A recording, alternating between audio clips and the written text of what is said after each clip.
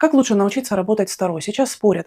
Нужно идти к мастерам, нужно зубрить все 78 значений карт или вообще ничего не нужно учить. Расскажу, как я думаю. Меня зовут Аня, я врач-психотерапевт, таролог. Подписывайся, ставь лайк и погнали. Учеба по Таро похожа на любую учебу по психотерапии. Здесь есть одна фишка. Нужно сразу начинать практиковать. На подруге, на маме с папой, на кошке, на ком не жалко. Запоминаешь канву и начинаешь. Тянешь карту дня, смотришь сериал, там 3 карты раскладываешь, что будет в серии, смотришь подружки на ее бывшего и так далее. Упражнений масса.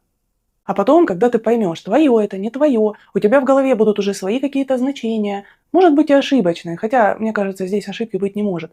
Ты можешь идти читать книжки про архетипы, про Таро любые, их масса, идти учиться к мастерам, перенимать их опыт. И не просто зубрить 78 значений карт, а тренировать свою насмотренность уже на готовой базе. То есть у тебя уже будут какие-то примеры, и ты будешь усиливать свое понимание карт. А та самая база у меня в актуальном. Подписывайся и забирай.